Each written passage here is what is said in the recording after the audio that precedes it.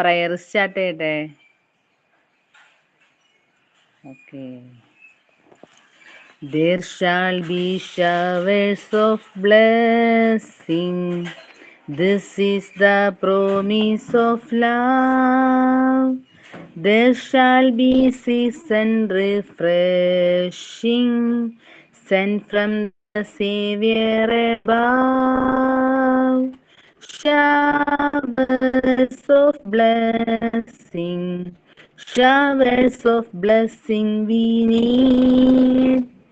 Mercy drops around us are falling, but for the showers we plead.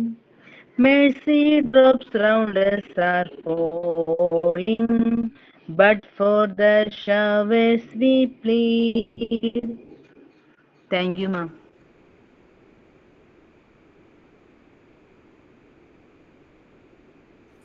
Okay, very good morning to all of you. And it's good afternoon, whatever it be. Good afternoon, ma'am. Good afternoon, ma'am. Good afternoon, ma'am. Afternoon, ma'am. Good afternoon, ma'am. Good afternoon. Okay, once again, good afternoon to all. ഇനി എന്താണ് prayer മാത്രമല്ലേ കഴിഞ്ഞുള്ളൂ? Thought of the day ഞാനാണ് മാം. Please send it down. ആദ്യം പരാജയം അഭിമുഖീകരിക്കാൻ ഒരിക്കലും ഭയക്കരുത്. കാരണം വിജയകരമായ ഒരു കണക്ക് പോലും തുടങ്ങുന്നത് സീറോയിൽ നിന്നാണ്. Thought of APJ Abdul Kalam. Good morning മാം.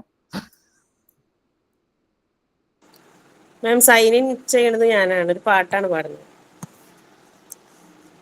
ചെങ്ങാതിക്കുയിലേ ചിരിമണിക്കുയിലേ തളിരുള്ള മാഞ്ചില്ല വിളിക്കണു വരുന്നു, തണുവുള്ള തെന്നൽ മഴയ്ക്കൊപ്പം വരണം, ഓടം കൊല്ലിപ്പാരുന്ത് ഒളിച്ചൊപ്പം വരണം, ഇലക്കൂട എടുത്തോ മലർക്കൂട എടുത്തോ അരിമുല്ല പടർപ്പുകളെ.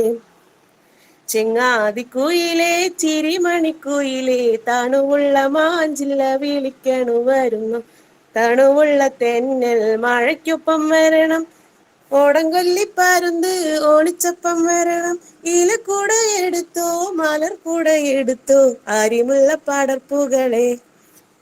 Thank you teacher. Very good. ഭയങ്കര ഒരു എന്താ പറയാ, ഒരു എനർജി ഉള്ള ഒരു സോങ് ആയിരുന്നു. ഓക്കെ, സോ നമ്മളിപ്പോ എവിടം വരെ എത്തി? First aid okay, first aid എടുത്തോണ്ടിരിക്കുവാണോ? അതെ, എടുത്തോണ്ടിരിക്കുന്ന. ഫസ്റ്റ് എയ്ഡിന്റെ യൂണിറ്റിന്റെ സ്കൂള് മറ്റേ ഫസ്റ്റ് എയ്ഡ് ബോക്സ് എന്തൊക്കെ വരുമെന്ന് പറഞ്ഞു. പിന്നെ കോവിഡ് സമയത്ത് യൂസ് ചെയ്യുന്ന കാര്യങ്ങൾ എന്തൊക്കെയാന്ന് എഴുതിക്കൊണ്ട് വരണമെന്ന് പറഞ്ഞു. ഞാൻ ജസ്റ്റ് ഒന്ന് വരച്ചിട്ടുണ്ട്, മാമിനെ ഒന്ന് കാണിക്കട്ടെ? കാണിക്കൂ ജോഫി.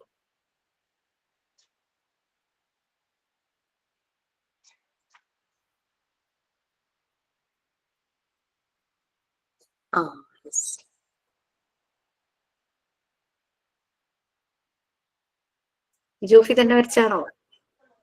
അതെ. നന്നായിട്ടുണ്ട്. ശരി മാം.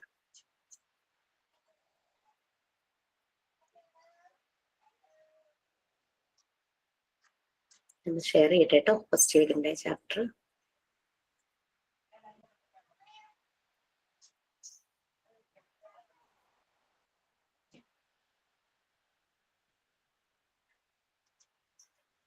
യൂണിറ്റ് 5 അല്ലേ ഫസ്റ്റ് എയ്ഡ്? അതെ. Yes ma'am.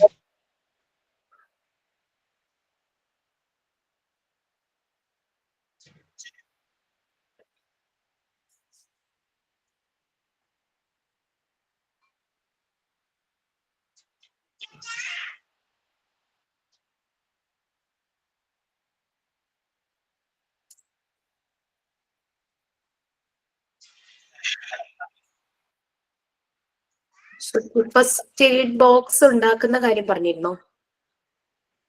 എല്ലാവരുടെയും വീട്ടിൽ കാണും. പറഞ്ഞിട്ടുണ്ട്.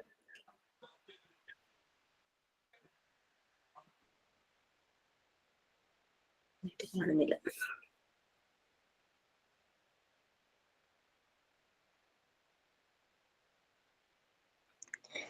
ഞാൻ ഫസ്റ്റ് എയ്ഡ് ബോക്സ് കീപ്പ് ചെയ്യാറില്ല മിസ്സേ. കാരണം എന്റെ കൊച്ചുങ്ങൾക്ക് എന്തെങ്കിലും ഉണ്ടെന്ന് പറഞ്ഞാല് പിന്നെ ചെറിയൊരു മുറിവായ കൂടി അത് മരുന്ന് വെക്കണം, ഒട്ടിക്കണം, കെട്ടണം, ഭയങ്കര വാശിയായിരിക്കും. എന്നിട്ട് ഞാൻ ഒന്നും അങ്ങനെ കീപ്പ് ചെയ്ത് വെക്കാറില്ല. അത് ശരി, അങ്ങനെയുണ്ടല്ലേ. അത് കൊള്ളാം. എത്ര വയസ്സുണ്ട് കുട്ടികൾക്ക്? 5 വയസ്സില് പിന്നെ 3 വയസ്സാക്കാണ് നിർബന്ധം. തുണിയെല്ലാം കെട്ടിക്കൊടുക്കണേ. പിന്നെ ഇതിനെങ്കിൽ അന്ന് അമൃതാജൻ തേക്കുന്നു പറയും മരുന്നില്ല എന്ന് പറഞ്ഞു കഴിഞ്ഞാൽ. എന്തെങ്കിലും അതെന്തായാലും കൊള്ളാം. ഇവിടെ അങ്ങനെ തന്നെയാണ്, വീട്ടിലും അങ്ങനെ തന്നെയാണ്. ആള് ഒരാളല്ല, അതേപോലെ പനി, അതേപോലെ നമ്മള് കെട്ടണ തുണിയൊക്കെ എടുത്ത് കഴിയുമ്പോ ആള് പറയുന്നത് തല പൊട്ടിണ്ടമ്മ, തല അങ്ങനെ പഞ്ഞി വെച്ച് കെട്ടിത്തരും എന്നൊക്കെ ഇങ്ങനെ പറഞ്ഞോണ്ടിരിക്കും. അത് കാരണം അവരോരോ വീഡിയോ ഒക്കെ കാണുന്നതിന്റെ കണ്ടിട്ടൊക്കെ ഇരിക്കും മൂവീസിലൊക്കെ. അതെ, ഫോണിലൊക്കെ ഓരോന്ന് കണ്ടിട്ടാണെന്ന് അറിയില്ല.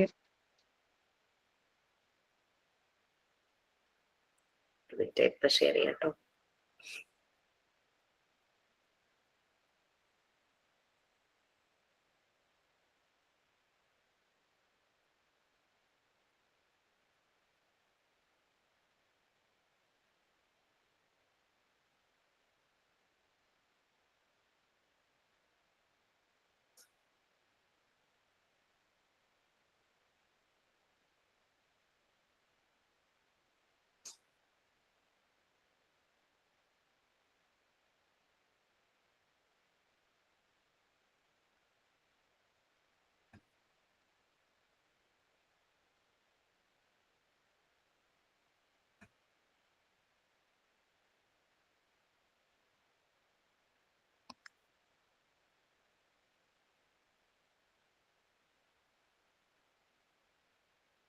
നമ്മുടെ നോട്ട്സിലുള്ളത് നമ്മൾ പറഞ്ഞു, അത്ര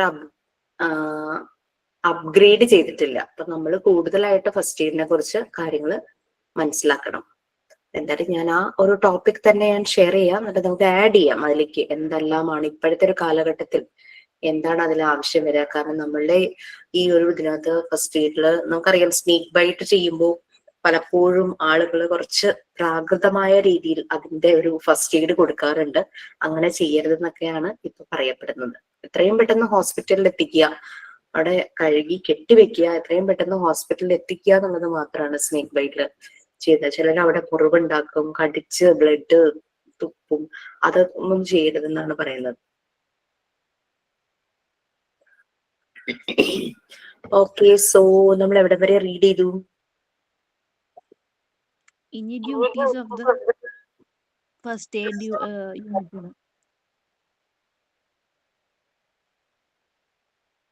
duties of the first aid unit അല്ലെ? സോ ആ ബുള്ളറ്റ് പോയിന്റ്സ് ആരെങ്കിലും ഒന്ന് റീഡ് ചെയ്തോളൂ. Yes please. ഞാൻ വായിക്കട്ടെ. To give first aid instantly at the time of need. To contain all the first aid materials. To remove the cause of injury to the patient. To control the bleeding from injury.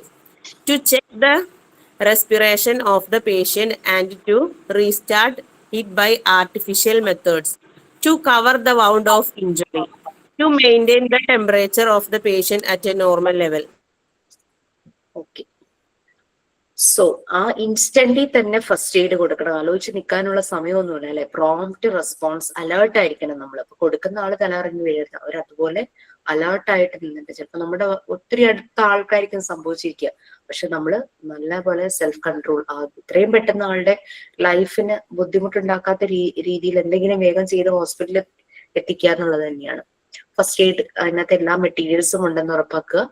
പിന്നെ injury ചിലപ്പോ എല്ലാ കേസസിലും അങ്ങനെ remove ചെയ്താൽ ബുദ്ധിമുട്ടായിരിക്കും. ചിലതിൽ വല്ല കമ്പ് കുത്തിയതോ glass കുത്തിയതോ മെറ്റലിന്റെ പാർട്സോ അങ്ങനെയൊക്കെ ആണെങ്കിൽ എന്താണോ ഇഞ്ചുറിക്ക് കാരണമായത് അത് റിമൂവ് ചെയ്യുക. ഈ ആഴത്തിലാണെങ്കിൽ നമ്മൾ റിമൂവ് ചെയ്യാതിരിക്കുന്നതായിരിക്കും നല്ലതെന്ന് തോന്നുന്നു, ഐ തിങ്ക് സോ. പിന്നെ ഇഞ്ചുറി എന്നുള്ള ആ ബ്ലീഡിങ് അതിനെ കൺട്രോൾ ചെയ്യുന്ന രീതിയിൽ എന്താ ചെയ്യാൻ പറ്റുമെന്ന് വെച്ചാൽ അത് ചെയ്യാം. അപ്പം ഇങ്ങനെ എന്തെങ്കിലും ഒരു കേസസ്, ഈവൻ ഇഞ്ചുറി ആണെങ്കിലും ഫെയിന്റ് ചെയ്ത് പോയിട്ടുണ്ടെങ്കിലും തളർന്ന് വീണ് കിടക്കുകയാണെങ്കിലും ആളുടെ റെസ്പിറേഷൻ, ആ ശ്വാസം, അത് നോക്കുക. ഇനി റെസ്പിറേഷനിൽ എന്തെങ്കിലും ബ്ലോക്ക് ഉണ്ടെങ്കിൽ ആർട്ടിഫിഷ്യൽ മെത്തേഡ്സ് യൂസ് ചെയ്തിട്ട് ആ ഒരു ബ്രീത്തിങ് ആ ഒരു സപ്പോർട്ട് കൊടുക്കുക. പിന്നെ ചില വൂൺസ് അതൊന്ന് കവർ ചെയ്ത് വെക്കുക. പലപ്പോഴും സ്കിന്നൊക്കെ പുറത്തേക്കായിട്ട് ഒത്തിരി കിടക്കുന്നുണ്ടെങ്കിൽ അതൊന്ന് ജസ്റ്റ് സ്കിൻ ഒന്ന് നേരെയാക്കി ഒന്ന് കവർ ചെയ്ത് വെക്കുക. പേഷ്യന്റിന്റെ ടെമ്പറേച്ചർ നോർമൽ ലെവലിലാണെന്ന് ഉറപ്പുവരുത്തുക. ചിലപ്പോൾ പേഷ്യന്റ് ഭയങ്കര തണുത്ത് പോകാനുള്ള ചാൻസസ് ഉണ്ട്, അപ്പോൾ വാമാക്കുക. ഓക്കെ, ഇപ്പൊ ഇതൊക്കെ നമ്മുടെ ഒരു ഡ്യൂട്ടീസ്. ആ ഒരു ഇൻസ്റ്റന്റിൽ നമ്മൾ എന്താണോ ആ ഒരു അലേർട്ടായിട്ട് ചെയ്യുന്നത് അതാണ് ഫസ്റ്റ് എയ്ഡ് പ്രൊവൈഡ് ചെയ്യുന്ന ഒരാളുടെ ഒരു ഡ്യൂട്ടി എന്ന് പറയുന്നത്. ഇനി എപ്പോഴാണ് ഫസ്റ്റ് എയ്ഡ് നെസസറി, എങ്ങനെയാണ് എന്നുള്ളതാണ് നെക്സ്റ്റ് കേസ്. 1, 2, 3 എന്നൊക്കെ പറഞ്ഞിട്ട് കൊടുത്തിട്ടുണ്ട്. ഫസ്റ്റ് വൺ ഫെയിന്റിങ് ആരെങ്കിലും ഒന്ന് റീഡ് ചെയ്യാമോ? ഞാൻ ready. Fainting. When the brain does not get through blood and the heart does not function properly, a person may faint. Sometimes severe pain or injury can also be case for fainting. The face will become palling. The speed of breathing will be discussed.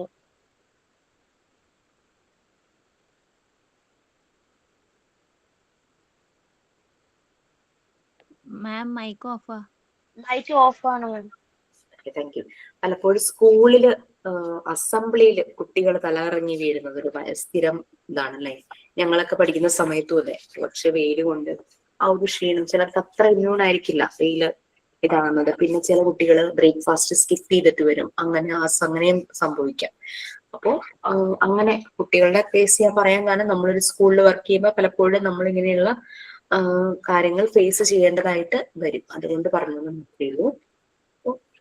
Paint ചെയ്യുന്ന സമയത്ത് brain does not get enough blood and the heart does not function properly. അങ്ങനെ വരുമ്പോൾ ഒരു ആള് feint ചെയ്യാം. ഇങ്ങനെയുള്ള കാര്യം, നമ്മൾ ഭക്ഷണം നല്ലതുപോലെ കഴിക്കുമ്പോഴാണ് നമ്മുടെ ബ്ലഡ് സർക്കുലേഷൻ കറക്റ്റ് ആവുന്നതും കറക്റ്റ് ഓക്സിജന്റെ ഫ്ലോയും ഉണ്ടാകുന്നത്, ബ്രെയിനും ഹെൽത്തി ആയിട്ടിരിക്കുന്നത്. അപ്പൊ ഈ പ്രോപ്പർ ഫങ്ഷനിങ് ബോഡിയിൽ നടക്കണമെങ്കിൽ കറക്റ്റ് ആയിട്ട് ഫുഡ് ഇൻടേക്ക് ആയിരിക്കണം. അങ്ങനെ വരുമ്പോൾ ഫെയിന്റ് തലകറങ്ങി വീഴാം.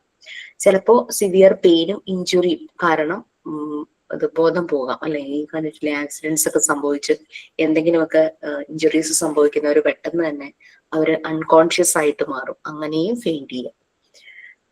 ഫേസ് ഒക്കെ ഭയങ്കര വെളുത്ത് ഇങ്ങനെ കാണാനായിട്ട് പറ്റും. ബ്രീത്തിങ് ചിലപ്പോ അങ്ങനെ താഴ്ന്നു പോകാം. ബ്രീത്തിങ്ങിന്റെ ആ ഒരു റിഥം അതൊന്ന് താഴ്ന്നു പോകാം. ട്രീറ്റ്മെന്റ് എത്രയും പെട്ടെന്ന് ആളുകൾ കൂട്ടം കൂടി നിൽക്കാതെ ഫ്രഷ് എയർ കൊടുക്കുന്ന രീതിയിൽ കൊടുക്കുക.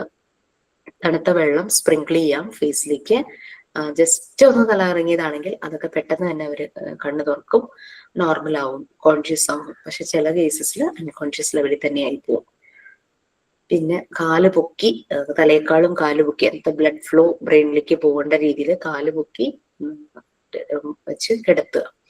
ക്ലോത്ത്സ് ഒക്കെ ഒന്ന് ലൂസാക്കി ഇടുക. ടൈറ്റൊക്കെ ആണെങ്കിൽ അതൊക്കെ ഒന്ന് അയച്ച് ലൂസാക്കി ഇടുക. ഇതാണ് നമ്മൾ പെയിന്റിങ് വരുന്ന സമയത്ത് നമ്മൾ സാധാരണഗതിയിൽ ചെയ്യുന്നത്. എത്രയും പെട്ടെന്ന് ഹോസ്പിറ്റലിലേക്ക് കൊണ്ടുപോവുക. ബുദ്ധിമുട്ട് കൂടുതലാണെങ്കിൽ ഹോസ്പിറ്റലിലേക്ക് കൊണ്ടുപോകുന്നത് നന്നായിരിക്കും. പിന്നെ ചിലപ്പോൾ സംഭവിക്കുന്ന വേറൊരു കേസ്, ഈ തല കറങ്ങി വീഴുമ്പോൾ എവിടെയെങ്കിലും തട്ടി മുറിവ് ഉണ്ടാകാം. അപ്പൊ അങ്ങനെയും ഉണ്ടോ എന്ന് കൂടി ശ്രദ്ധിക്കണം. ഇഞ്ചുറീസ് എന്തെങ്കിലും സംഭവിച്ചിട്ടുണ്ടോ എന്ന് കൂടി ശ്രദ്ധിക്കണം. ഈ സെക്കൻഡ് വൺ ബ്ലീഡിങ്, അതാരാ വായിക്കും? ഞാൻ വായിക്കട്ടെ. Bleeding. When there is some injury or cut in the capillary, artery or vein, there will be bleeding. Treatment. The injured part should be up above its original position. Skin should be readjusted and washed with cold water. Tincture or iodine should be applied and bandaged rightly.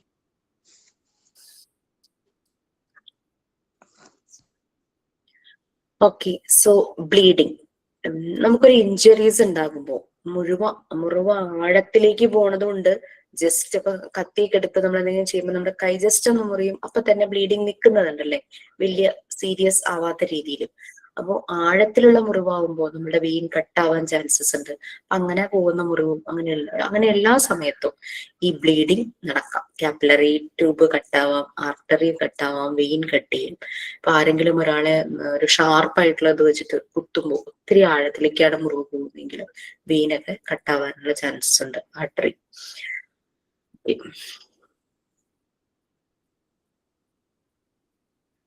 അങ്ങനെ വരുമ്പോ എന്താണ് treatment എന്നുള്ളത്? ആ injury ചെയ്ത ഭാഗം original പൊസിഷനിൽ നിന്നും പൊക്കി വെക്കുക. അപ്പൊ കൈയൊക്കെ മുറിഞ്ഞു കഴിഞ്ഞാൽ നമ്മളിങ്ങനെ പൊക്കി പിടിക്കുമല്ലേ, അവിടെ സ്കിൻ പോയിട്ടുണ്ടെങ്കിൽ അത് റീഅഡ്ജസ്റ്റ് ചെയ്ത് കോൾഡ് വാട്ടർ യൂസ് ചെയ്തിട്ട് കഴുകുക, വാഷ് ചെയ്യുക.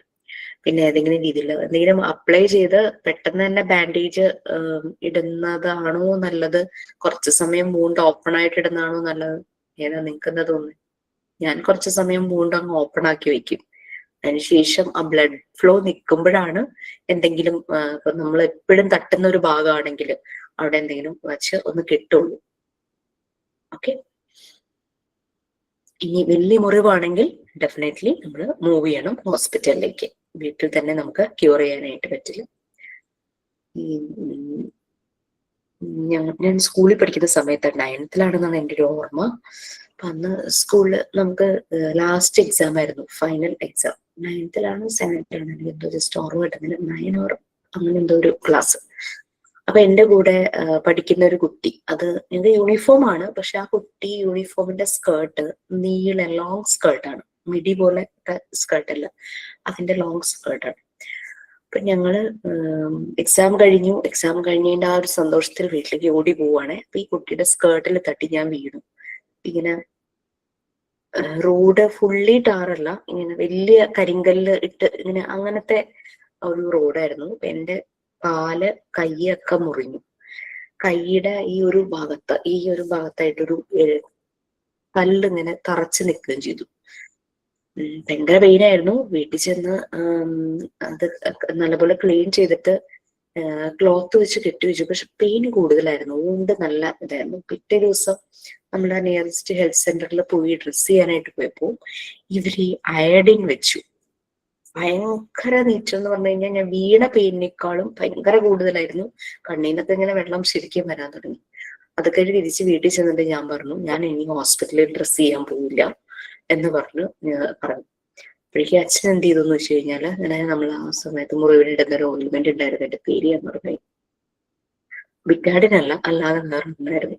ആ ഒരു ഓയിൽമെന്റും കുറച്ച് പഞ്ഞി ഈ ഗോസും വാങ്ങിച്ചുകൊണ്ട് തന്നിട്ട് ദിവസവും കുളി കഴിഞ്ഞിട്ട് ഞാൻ തന്നെയായിരുന്നു ഡ്രസ് ചെയ്തത്.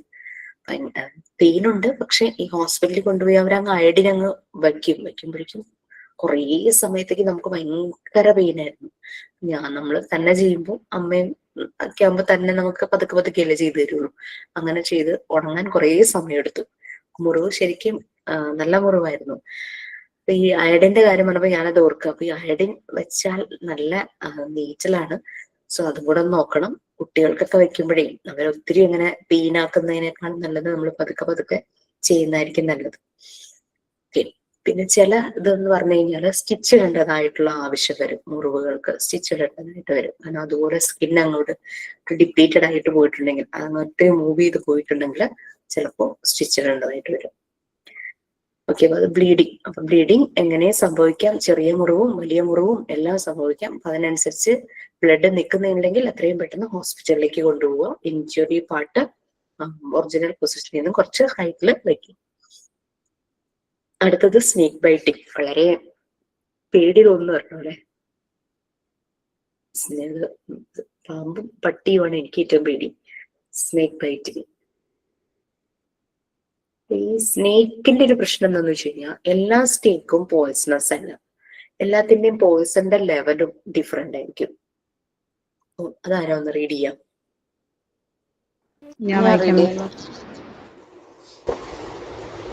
Snake biting. Most of the snakes are not poisonous, but even their bites bring about demise on account of the shock. So it is very required to apply first aid. Bandage should be used tightly above and below injury. The injury must be enlarged with clean and sharp-edged knife.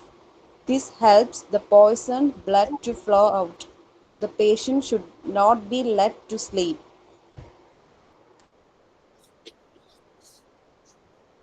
So snake biting, പല സ്നേക്കുകളും poisonous അല്ല, പക്ഷെ എന്നാലും അതിന്റെ byte എന്ന് പറയുന്നത് നമുക്ക് ഒരു ഷോക്കായിരിക്കും. നമുക്ക് പെട്ടെന്ന് പാനിക് ആവും, നമ്മൾ പേടിച്ചു പോകും, ഭയങ്കരമായിട്ട് പേടിച്ചു പോകുമ്പോൾ എന്ത് പറ്റുന്നതെന്ന് വെച്ച് കഴിഞ്ഞാൽ നമ്മുടെ ഹാർട്ട് റേറ്റ് ഭയങ്കരമായിട്ട് ഇൻക്രീസ് ആവും. ഈ ഹാർട്ട് റേറ്റ് കൂടുമ്പോഴെന്താ ശരിക്കും ബ്ലഡ് പമ്പ് ചെയ്യുന്ന സ്പീഡ് കൂടും അല്ലേ. ഇത് ബ്ലഡിലേക്ക് സ്നേക്കിന്റെ വെനം കയറിയേക്കുവോ. അപ്പൊ ഹാർട്ട് റേറ്റ് കൂടുമ്പോൾ ഈ പോയിസൺ പെട്ടെന്ന് തന്നെ നമ്മുടെ ബോഡിയിൽ സ്പ്രെഡ് ആകാനുള്ള ചാൻസസ് ഉണ്ട്. അപ്പൊ അതുകൊണ്ട് കാമാക്കാൻ നമുക്ക് പാമ്പ് കടിച്ചു കഴിഞ്ഞാൽ കാമാവാന്ന് പറഞ്ഞാൽ ഇച്ചിരി പണിയായിരിക്കും. എന്നാലും റിലാക്സ് ചെയ്യിക്കുക, പിന്നെ അതുപോലെ തന്നെ പെട്ടെന്ന് തന്നെ ഹോസ്പിറ്റലിൽ എത്തിക്കുക എന്നുള്ളത് തന്നെയാണ് സ്നേക്ക് ബൈറ്റ് സംഭവിച്ചു കഴിഞ്ഞു കഴിഞ്ഞാൽ. പിന്നെ ആ കടിച്ച പാമ്പിന്റെ അടുത്ത് നിന്ന് മാറുക, പാമ്പ് അപ്പോഴും ആ പരിസരത്തുണ്ടെങ്കിൽ ആ പാമ്പിന്റെ അടുത്ത് നിന്ന് മാറുക, കാരണം വീണ്ടും അത് കടിക്കാനുള്ള ചാൻസസ് ഉണ്ട്. നമ്മളെ കടിച്ച ആളെയും കടിക്കാം, അല്ലാതെ നിങ്ങളെ ഹെൽപ്പ് ചെയ്യുന്നവരെയും കടിക്കാം. മിസ്, എന്റെ അച്ഛൻ പാമ്പ് കടിയേറ്റിട്ടാണ് മരിച്ചത്. ട്രീറ്റ്മെന്റ് ചെയ്യാൻ പറ്റിയിരുന്നോ? അച്ഛൻ രാവിലെ വീടിന്റെ അടുത്ത് പുഴയുണ്ടേ, അപ്പൊ അവര് ചെറുപ്പം തൊട്ടേ പുഴയിൽ എപ്പോഴും കുളിക്കാൻ പോകുന്നായിരുന്നു. അപ്പൊ അന്ന് രാവിലെ അതുപോലെ ഒരു 6:30-7 മണി സമയത്ത് കുളിക്കാൻ പോവായിരുന്നു. കടിച്ചിട്ട് അച്ഛൻ പക്ഷെ നടന്ന് വീട്ടിൽ വന്നു, തിരിച്ച് വീട്ടിൽ വന്ന് അപ്പൊ ഞങ്ങളൊക്കെ കിടന്നു, എല്ലാവരും പിന്നെ എണീറ്റ്, കസിൻസ് ഒക്കെ എല്ലാവരും വന്ന് ജസ്റ്റ് അവരിങ്ങനെ അതൊന്ന് മുറിവൊക്കെ ഒന്ന് ക്ലീൻ ചെയ്ത് കുറച്ചിങ്ങനെ ബ്ലഡൊക്കെ കളയൊക്കെ ചെയ്തു. ഹോസ്പിറ്റലിൽ കൊണ്ടുപോയി. പിറ്റേ ദിവസം പക്ഷെ അണലിയാണ് കടിച്ചതെന്നാണ്. പിന്നെ ഹോസ്പിറ്റലിൽ പോയപ്പോ അവര് പറഞ്ഞത് അണലിയാണ് എന്ന് പറഞ്ഞു. എന്താ പാമ്പ് എന്ന് അച്ഛന് മനസ്സിലായിട്ടുണ്ടായിരുന്നില്ല. എന്നിട്ട് തൃശ്ശൂർ ജൂബിലി മിഷൻ ഹോസ്പിറ്റലിൽ പോയി. പിന്നെ വൈകുന്നേരം ആയപ്പോ കുഴപ്പമുണ്ടായിരുന്നില്ല, പക്ഷെ അച്ഛൻ ഹാർട്ട് പേഷ്യന്റ് ആയിരുന്നു. പിറ്റേ ദിവസം ഉച്ചയ്ക്ക് ഹോസ്പിറ്റലിലൊക്കെ പോയി, അവിടെ പോയി വലിയ കുഴപ്പമില്ല എന്ന് പറഞ്ഞു. പിറ്റേ ദിവസം ഉച്ചയ്ക്ക് അച്ഛന് അറ്റാക്കിന്റെ അതും കൂടി പ്രശ്നമായിട്ടാണ് മരിച്ചത്. അതാണ് സ്നേക്ക് ബൈറ്റ്. ചിലര് ഭയങ്കര കൺട്രോൾ ആയിരിക്കും. അങ്ങനെ ആകുമ്പോഴേക്കും നമുക്ക് ട്രീറ്റ്മെന്റ് ചെയ്യാം, ആന്റിവെനം ട്രീറ്റ്മെന്റ് പെട്ടെന്ന് കൊടുക്കുക എന്നുള്ളത് തന്നെയാണ്. അപ്പോൾ നമ്മൾ എത്രയും പെട്ടെന്ന് help, call for help immediately. പിന്നെ അതുപോലെ തന്നെ ആ ബൈറ്റ് ചെയ്ത ഏരിയ അത് കുറച്ചൊന്ന് ഹാർട്ടിന്റെ ലെവലിൽ നിന്നും ഒരു slightly below the level of the heart ആ രീതിയിൽ വെക്കണം. ഹാർട്ടിലേക്ക് ബ്ലഡ് അത് സ്ലോ ആക്കാൻ വേണ്ടിയിട്ട്. പിന്നെ ടൈറ്റ് ക്ലോത്ത്സും ജ്വല്ലറി ഒക്കെ ആണെങ്കിൽ റിമൂവ് ചെയ്യണം, കാരണം ഇത് സ്വെല്ല് ചെയ്യാനുള്ള ചാൻസസ് ഉണ്ട്. ഇപ്പൊ ജ്വല്ലറി ഇപ്പം അങ്ങനെയൊക്കെ ഉള്ളതൊക്കെ ഇപ്പം കയ്യിലൊക്കെ മോതിരമൊക്കെ ഇട്ടിട്ടുണ്ടെങ്കിൽ അങ്ങ് കൈയൊക്കെ ചിലപ്പോൾ വീർക്കാനുള്ള ചാൻസസ് ഉണ്ട്. അപ്പൊ അതൊക്കെ പെട്ടെന്ന് റിമൂവ് ചെയ്യാം, അല്ലെങ്കിൽ അതിൻ്റെതായ പ്രശ്നങ്ങൾ വേറെ വരും. ജെന്റ്ലി വാഷ് ചെയ്യുക, ആ വൈറ്റ് പോർഷൻ സോപ്പും വാട്ടറും വെച്ച് അവൈലബിൾ ആണെങ്കിൽ, എന്നിട്ട് അത് കവർ ചെയ്ത് ഡ്രൈ ക്ലോത്ത് വെച്ചിട്ട് കവർ ചെയ്ത് എത്രയും പെട്ടെന്ന് ഹോസ്പിറ്റലിലേക്ക് കൊണ്ടുപോവുക. സ്നേക്കിനെ ഒന്ന് ശ്രദ്ധിക്കുക, സ്നേക്കിനെ കാണാൻ പറ്റുന്നുണ്ടെങ്കിൽ, സേഫ് ആണെങ്കിൽ ആ സ്നേക്കിന്റെ കളർ, ഷേപ്പ്, സൈസ് ഒക്കെ മനസ്സിലാക്കി വെക്കുക. പിന്നെ ഫോട്ടോ എടുക്കാനുള്ള ഓപ്ഷൻസ് ഉണ്ടല്ലോ, നമ്മളൊരു ഫോട്ടോയും കൂടെ ഡിസ്റ്റൻസിൽ നിന്ന് എടുക്കുവാണെങ്കിൽ നമുക്ക് മെഡിക്കൽ അറ്റൻഷൻ അവരെ ഇൻഫോം ചെയ്യാം, ഈ ഒരു പാമ്പാണ് കടിച്ചത് എന്നുള്ള രീതിയിൽ. സ്നേക്കിനെ പിടിക്കാനൊന്നും നോക്കാതിരിക്കുക, അത് കൂടുതൽ അപകടമായിരിക്കും. പാമ്പിനെ തല്ലി കൊന്നിട്ട് കൊണ്ടുപോകൂല, ഏത് പാമ്പാന്ന് അറിയാൻ വേണ്ടിട്ട് പറയും. ഇപ്പൊ നിങ്ങൾ ആളെ വേഗം കൊണ്ടുവന്നാൽ മതി, പാമ്പ് പൊക്കോട്ടെ, ആളെ കൊണ്ടുവന്നാൽ മതി. അതെ, നമുക്ക് പ്രയോറിറ്റി എന്ന് പറയുന്നത് എത്രയും പെട്ടെന്ന് ആളെ ഹോസ്പിറ്റലിൽ എത്തിക്കുക എന്നുള്ളത് തന്നെയാണ്. എന്നിട്ട് ബാക്കിയുള്ളവരെ നോക്കി പാമ്പ് ഏതാന്ന് മനസ്സിലാക്കി ഫോട്ടോ ഒക്കെ എടുത്ത് വന്നോട്ടെ. ഇപ്പൊ പിന്നെ ഫോട്ടോ എടുത്ത് പെട്ടെന്ന് ചെല്ലാവുന്നതാണ്. ഏറ്റവും കാമാക്കുക, ഉറങ്ങാതെ നോക്കുക. ഉറങ്ങാതെ നമ്മൾ നോക്കി ഹോസ്പിറ്റലിൽ എത്തുന്നവരെ എങ്ങനെയെങ്കിലും അങ്ങനെ കാമാക്കുമ്പോ ഈ പോയിസൺ, ഈ വെനം സ്പ്രെഡ് ആവുന്നത് സ്പീഡ് കുറയും. ഓക്കെ, ഈ പണ്ട് ആൾക്കാർ വേറെയും പല കാര്യങ്ങളൊക്കെ ചെയ്യുമായിരുന്നു, അങ്ങനെ ചെയ്യാൻ പാടില്ലാത്ത കാര്യങ്ങളായിരുന്നു. മുറിവായതിന്റെ മുകളില് മുറുക്കി കെട്ടുകയെന്ന് കേട്ടിട്ടുണ്ട്. അതപ്പോ ബ്ലഡ് സർക്കുലേഷൻ നടക്കാതിരിക്കാനാവോ? അങ്ങനെ പറയുന്നുണ്ട്, പക്ഷെ ഇപ്പൊ പറയുന്നു അങ്ങനെ ചെയ്യരുതെന്നൊക്കെ പറയുന്നുണ്ട് കേട്ടോ. അതാണ് അത് നമുക്കിതൊന്ന് അപ്ഗ്രേഡ് ആകണം എന്നുള്ളത് പറയുന്നത്. ചെയ്യാൻ പാടില്ലാത്ത കാര്യങ്ങൾ പറയാം. ഇതിന്റെ മുകളില് എന്തെങ്കിലും ഇപ്പോ ഐസ് അപ്ലൈ ചെയ്യുന്നത് അങ്ങനെയുള്ള കാര്യങ്ങളൊന്നും അപ്ലൈ ചെയ്തതെന്നാണ് പറയുന്നത്. കാരണം പിന്നെ ഈ എന്തെങ്കിലും ഒരു ലോഷനൊക്കെ അപ്ലൈ ചെയ്യുവാണെങ്കിൽ കൂടുതൽ ഡാമേജ് ഉണ്ടാകുന്ന പറയാം. ടിഷ്യൂ ഡാമേജ് കൂടുതൽ ഉണ്ടാവും, ബ്ലഡ് ഫ്ലോ കട്ടാവും, ഐസ് കൂടുതൽ വേഴ്സ് ആക്കുന്നതാണ് പറയുന്നത് ഇഞ്ചുറി. പിന്നെ ചിലരിങ്ങനെ ആ മുറിവേറ്റ ഭാഗം കട്ട് ചെയ്തിട്ട് അവിടെ നിന്ന് ബ്ലഡ് ഇങ്ങനെ സക്ക് ചെയ്തെടുക്കും. ബ്ലഡ് എല്ലാം വെനം സക്ക് ചെയ്തെടുക്കാനായിട്ട് നോക്കുന്നു. അത് ഇൻഎഫക്റ്റീവ് ആണെന്നാണ്. അങ്ങനെ ഒരിക്കലും ചെയ്യരുത്. ഇത് ഇൻഫെക്ഷൻ ഉണ്ടാക്കാനുള്ള ചാൻസസ് ഉണ്ടാവുമെന്ന് പറയുന്നത്. പിന്നെ ആ ഒരു സമയത്ത് കുടിക്കാനോ കഴിക്കാനോ ഒന്നും കൊടുക്കരുത്. ആൽക്കഹോള്, കഫെയിൻ, പിന്നെ പെയിൻ റിലീവിങ് മെഡിക്കേഷൻസ്, ആസ്പിരിൻ, ട്രൂഫിൻ അങ്ങനെയൊക്കെ ഉള്ള കാര്യങ്ങളൊന്നും കൊടുക്കരുത്. അതൊക്കെ ട്രീറ്റ്മെന്റിനെ ബാധിക്കും. പിന്നെ പലപ്പോഴും ഇങ്ങനെ നാട്ടുമരുന്ന്, പച്ചമരുന്ന് അങ്ങനത്തെ കാര്യങ്ങളൊക്കെ ഉണ്ടല്ലോ, അങ്ങനെയുള്ള റെമഡീസ് ഒന്നും കൊടുക്കരുത്. അത് ഹാംഫുൾ ആണ്.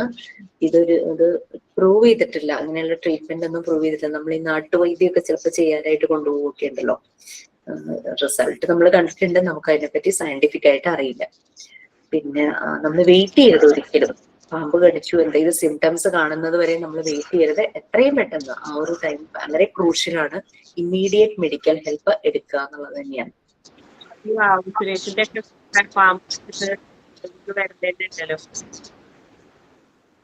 എന്ത് കേട്ടില്ല? അല്ല, ഈ വാവാ സുരേഷ് കട്ട് ചെയ്ത് മാറ്റിയിട്ടില്ല. നമുക്കതിനെ പറ്റി സയന്റിഫിക് ആയിട്ട് അറിയില്ല. ജനറലി പറയുന്നത് എത്രയും പെട്ടെന്ന് മെഡിക്കൽ ഹെൽപ്പ് എടുക്കുക എന്നുള്ളതാണ്. പിന്നെ കീ സിംറ്റംസ് എനിക്ക് അറിയാതെ പോവാറുണ്ടല്ലോ, എന്തോ കടിച്ചു എന്താന്ന് മനസ്സിലാകാത്ത അങ്ങനത്തെ ഒരു കേസസ് വരുവാണെങ്കിൽ ഈ പാമ്പ് കടിച്ചതിന്റെ മാർക്ക് ഒരു പ്രത്യേക രീതിയിലായിരിക്കും. അതിന്റെ ആ പല്ലിങ്ങനെ ആഴുന്നത് ചിലപ്പോൾ ഒന്നായിരിക്കാം, ചിലപ്പോൾ രണ്ട്. ആ രീതിയിൽ ഇങ്ങനെ ഒരു ഇങ്ങനെ നമ്മൾ തുളയ്ക്കുന്നല്ല, പങ്ക്ചർ ചെയ്യുന്ന പോലുള്ള മാർക്കുകളായിരിക്കും കാണുന്നത്. അത് നോക്കിയിട്ട് ആൾക്കാർ പറയില്ല ഇത് പാമ്പ് കടിച്ചതാണ് എന്നുള്ള രീതിയിൽ പറയാറുണ്ടല്ലോ. സിവിയർ പെയിൻ ആയിരിക്കും, ആ കടിച്ച ഭാഗത്ത് ഭയങ്കര പെയിൻ ആയിരിക്കും. പിന്നെ ചിലപ്പോൾ അത് ചുമക്കും, സെല്ല് ചെയ്യും, അങ്ങനത്തെ കാര്യങ്ങളൊക്കെ വരാം. ചിലപ്പോൾ തലകറങ്ങും, വോമിറ്റിംഗ് ടെൻഡൻസി വരും, ക്ഷീണം പോലെയൊക്കെ വരാം, ബ്രീത്തിങ്ങിന് ഡിഫിക്കൽട്ടി വരാം, വിഷൻ ബ്ലേർഡ് ആവും. ഇതൊക്കെ അതിന്റെ ഒരു സിംറ്റംസ് ആണ്. പിന്നെ അങ്ങനെ നമുക്കൊരു മരവിപ്പും അങ്ങനെയൊക്കെ തോന്നും. അതാണ് ഇതിന്റെ ഒരു സിംറ്റംസ്. ചിലര് അറിയാതെ പോകും, എന്താ കടിച്ചെന്ന് മനസ്സിലാകാത്ത രീതിയിൽ അങ്ങനെ പോകുമ്പോൾ ഇങ്ങനെ സിംറ്റംസ് കണ്ടാൽ അതിതായിരിക്കാം എന്നുള്ള രീതിയിൽ എത്രയും പെട്ടെന്ന് മെഡിക്കൽ ഹെൽപ്പ് കൊടുക്കുക. മെഡിക്കൽ ടീം അത് ഇവാലുവേറ്റ് ചെയ്തിട്ട് സംഗീതനെ പറയാനാണോ ചെയ്യാമോ? ഞാൻ കാര്യം പറഞ്ഞോട്ടെ മാം. പറയൂ പ്ലീസ്. എന്റെ ഒരു ഫ്രണ്ട് ഉണ്ടായിരുന്നു, ഞങ്ങള് കുഞ്ഞില് കളിക്കൂട്ടുകാരായിരുന്നു. അപ്പൊ അവൻ സ്കൂളിൽ പഠിച്ചുകൊണ്ടിരുന്നപ്പോ ഈ ഈവനിങ് ഇന്റർവെല്ലിന് കളിക്കൂലേ കുട്ടികള്, നമുക്ക് ഇന്റർവെൽ വിടുമ്പോഴത്തേക്കും കുട്ടികൾ കളിക്കുമ്പോഴത്തേക്കും ഇവനെ ഒരു കൊച്ചു പിടിച്ച് ഈ എന്താ പടയിഞ്ഞാന്ന് പറയണ ഒരു മുള്ളിന്റെ ഒരു ചെടിയില്ലേ ടീച്ചറെ, മിസ്സേ, ഈ പടയിഞ്ഞാന്ന് പറഞ്ഞിട്ട് തൊട്ടാവാടി അപ്പൊ അതിലേക്ക് ഇവനെ പിടിച്ച് തള്ളിയിട്ടപ്പോഴത്തേക്കും ഇതിന്റെ പുറത്തേക്ക് കുറെ മുള്ളിങ്ങനെ കൊണ്ടു. അത് വെച്ചോണ്ട് ബെല്ലടിച്ചപ്പോഴത്തേക്കും ക്ലാസ്സിലേക്ക് കയറി പോവുകയും ചെയ്തു. പക്ഷെ ക്ലാസ് തീരണതിന് മുൻപ് തന്നെ അവൻ തല കറങ്ങി വീണു. എന്താ സംഭവം എന്ന് മനസ്സിലായില്ല. ഹോസ്പിറ്റലിൽ കൊണ്ടുപോയപ്പോഴാണ് അറിയണത് അതിന്റെ ഇടയിൽ ഒരു പാമ്പുണ്ടായിരുന്നു, ആ പാമ്പ് അവനെ കടിച്ചു എന്നുള്ളത്. ശരിക്കും പറഞ്ഞ് ഞങ്ങൾ എല്ലാവരും പേടിച്ചു പോയി.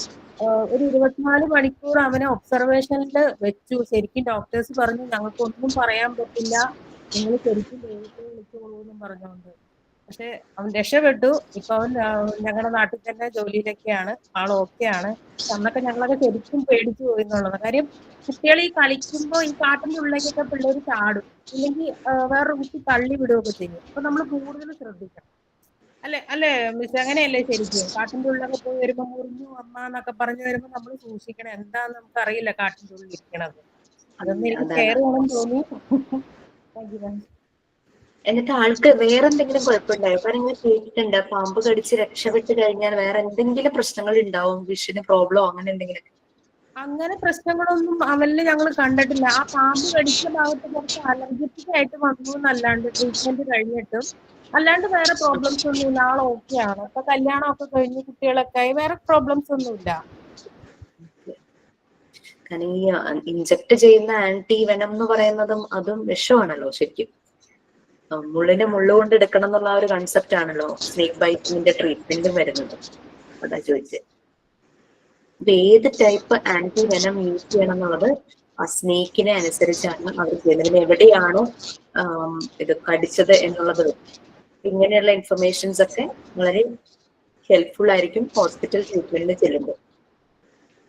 നമുക്ക് അതിനനുസരിച്ച് എന്ത് ടൈപ്പ് സ്നേക്ക് അല്ല എവിടെയാണ് ബൈറ്റ് നടന്നത് അത് നോക്കിയിട്ടൊക്കെ ആയിരിക്കും ഇവര് അത് ട്രീറ്റ്മെന്റ് ചെയ്യുന്നത്. ഷംന എന്തെങ്കിലും ഷെയർ ചെയ്യാനാണോ?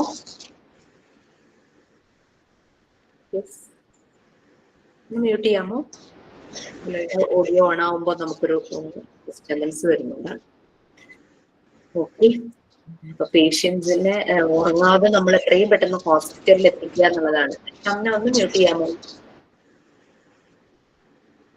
ഷംന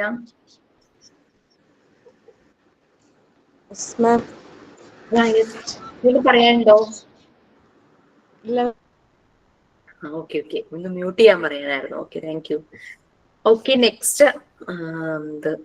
ഡ്രൗണിങ്, വെള്ളത്തിൽ മുങ്ങി പോവുക ഭയങ്കര പ്രശ്നമല്ലേ? വെക്കേഷൻ വരുമ്പോഴേക്കും പിള്ളേരൊക്കെ പുഴയിലും ആറിലും അവിടെ എവിടെയൊക്കെ കുളിക്കാനും ഒക്കെ ചാടി ഓടി പോകും. പലപ്പോഴും നമ്മൾ ന്യൂസിൽ കേൾക്കുന്ന ഒരു പ്രശ്നമാണ് മുങ്ങി മരണം. ഓക്കെ,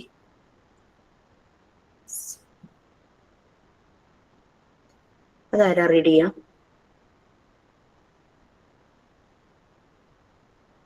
ഞാൻ വായിക്കാം miss. Yes, please. Drowning. In such cases, the following steps are to be taken.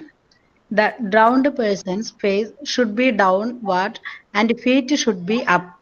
His waist should be pressed with both hands.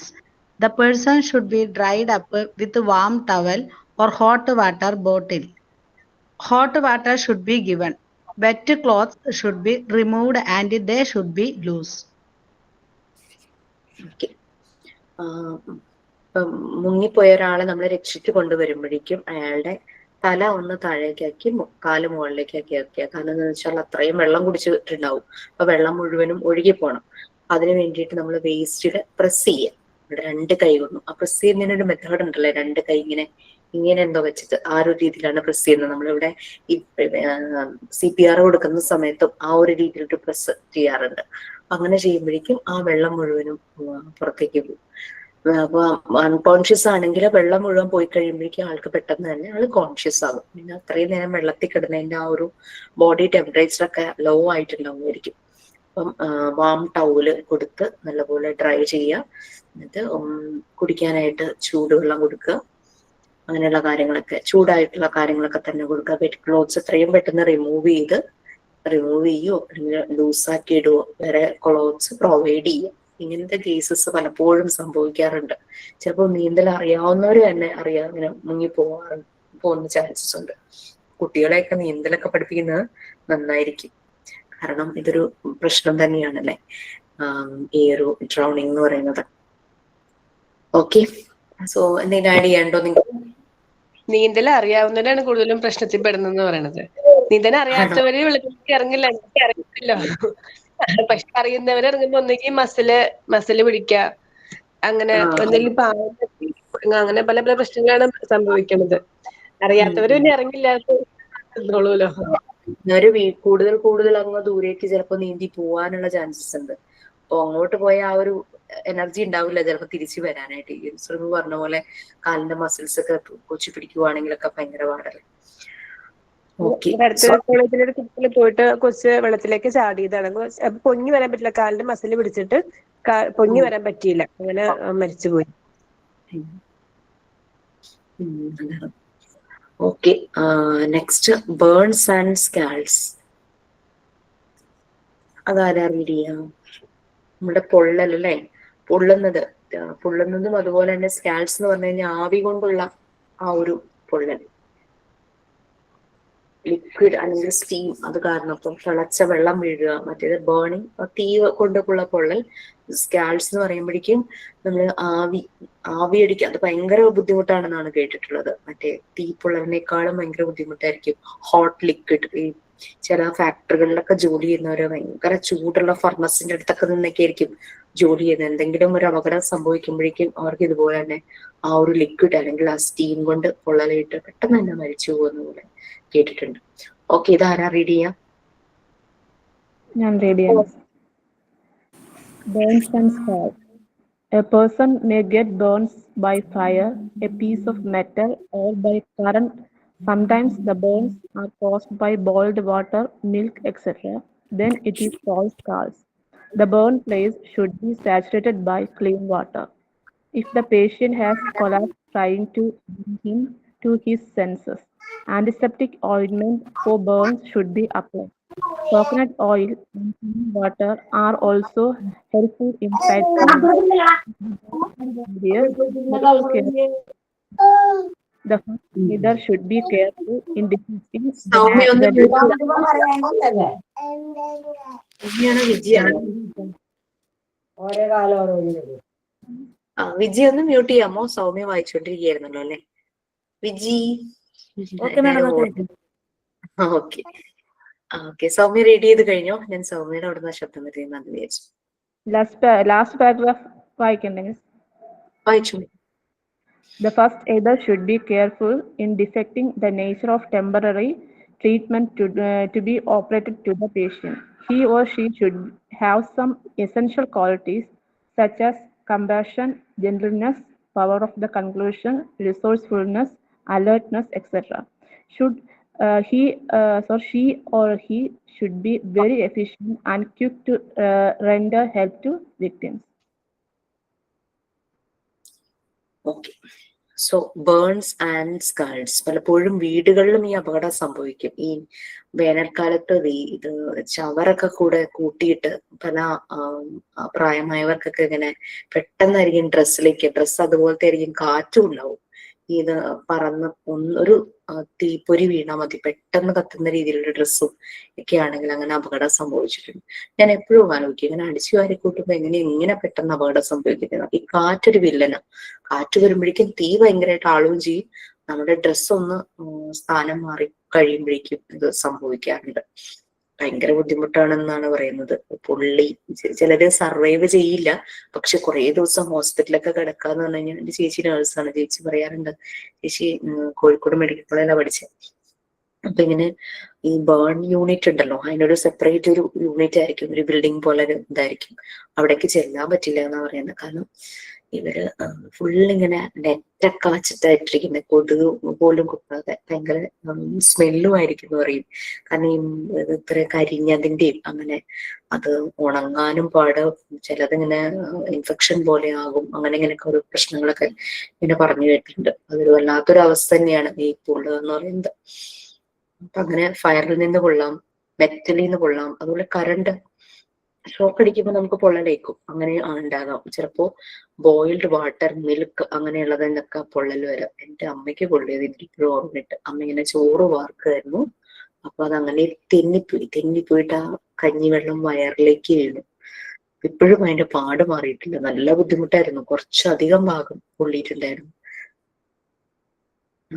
ഈ നമ്മള് പൊള്ളൽ വരുമ്പോ നമ്മൾ പെട്ടെന്ന് തന്നെ ക്ലീൻ വാട്ടർ വെച്ചിട്ട് അതിനെ ക്ലീൻ ചെയ്യും. പേഷ്യന്റ് പെട്ടെന്ന് കൊളാപ്സ്ഡ് ആവുകയാണ് ചെറിയുന്നത്. അപ്പൊ കിച്ചണിൽ ചെയ്യുമ്പോൾ നമുക്ക് ചെറിയ ചെറിയ പൊള്ളൽ വരും. നമ്മൾ കിച്ചണിൽ അതിന്റെ ഒരു ഓയിൽമെന്റ് പോലെ എന്തെങ്കിലും വെച്ച് നമ്മൾ എന്തെങ്കിലും ചെയ്യും അല്ലെ, എന്തെങ്കിലും ചെയ്യും. തേനൊക്കെ യൂസ് ചെയ്യാം എന്നൊക്കെ നമ്മൾ കഴിഞ്ഞ ക്ലാസ്സിൽ പറഞ്ഞല്ലോ. ചിലര് പെട്ടെന്ന് തന്നെ കൊളാപ്സ്ഡ് ആവും, പേടിച്ചു പോയിട്ട് ബോധം അൺകോൺഷ്യസ് ആകാനുള്ള ചാൻസസ് ഉണ്ട്. ഒരു പെട്ടെന്ന് തന്നെ സെൻസ് ബോധം ഇതാക്കാനായിട്ട് എന്താന്ന് വെച്ചാൽ ചെയ്യാം. ആന്റിസെപ്റ്റിക് ഓയിൻമെന്റ് നമുക്ക് അപ്ലൈ ചെയ്യാം. പിന്നെ coconut oil and clean water also full in slight ആണ് കേട്ടോ. സൈറ്റ് ബേണിംഗ് അല്ല, സ്ലൈറ്റ്, SLIGHT. ചെറിയ പൊള്ളലിനൊക്കെ ഇതൊക്കെ ഒരു ചെറിയ റെമഡിയാണ്. ബേൺ സീരിയസ് ആണെങ്കിൽ മെഡിക്കൽ കെയർ കൊടുക്കണം. കാരണം വെച്ചാൽ നമ്മുടെ ഫ്ലഷ് മാത്രമല്ല, ചിലപ്പോൾ അകത്തേക്ക് ആ പൊള്ളലിന്റെ എഫക്റ്റ് ഉണ്ടാകുമായിരിക്കും. അതുകൊണ്ട് സിവിയർ ആണെങ്കിൽ മെഡിക്കൽ കെയർ കൊടുക്കുക തന്നെ വേണം. അപ്പൊ ഫസ്റ്റ് എയ്ഡ് കൊടുക്കുന്ന ആള് വളരെ കെയർഫുൾ ആയിരിക്കണം. ആ ഒരു സമയത്തെ അലേർട്ട് ആയിരിക്കണം ആ ഒരു പേഷ്യന്റിന് എന്താണോ കൊടുക്കുന്നത്.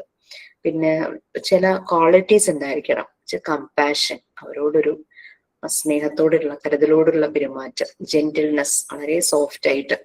പിന്നെ അതിനെയൊക്കെ എന്ന് വെച്ചാൽ നമുക്കിപ്പോ നമ്മൾ ഫസ്റ്റ് എയ്ഡ് കൊടുക്കാൻ മുന്നോട്ട് വന്നിട്ട് പെട്ടെന്ന് അയ്യോ ഇനി എനിക്ക് എന്താ ചെയ്യേണ്ടതെന്ന് അറിയില്ല എന്നുള്ള രീതിയിൽ നമ്മൾ കൈമലർത്തുകയല്ല. ആ ഒരു പവർ ഓഫ് കൺക്ലൂഷൻ, വളരെ തന്നെ അടുത്ത ഹോസ്പിറ്റലിലാണ് കൊണ്ടുപോകണ്ടെങ്കിൽ ആ ഒരു രീതിയിലേക്ക് പെട്ടെന്ന് തന്നെ ആക്റ്റീവായി ചെയ്യണം.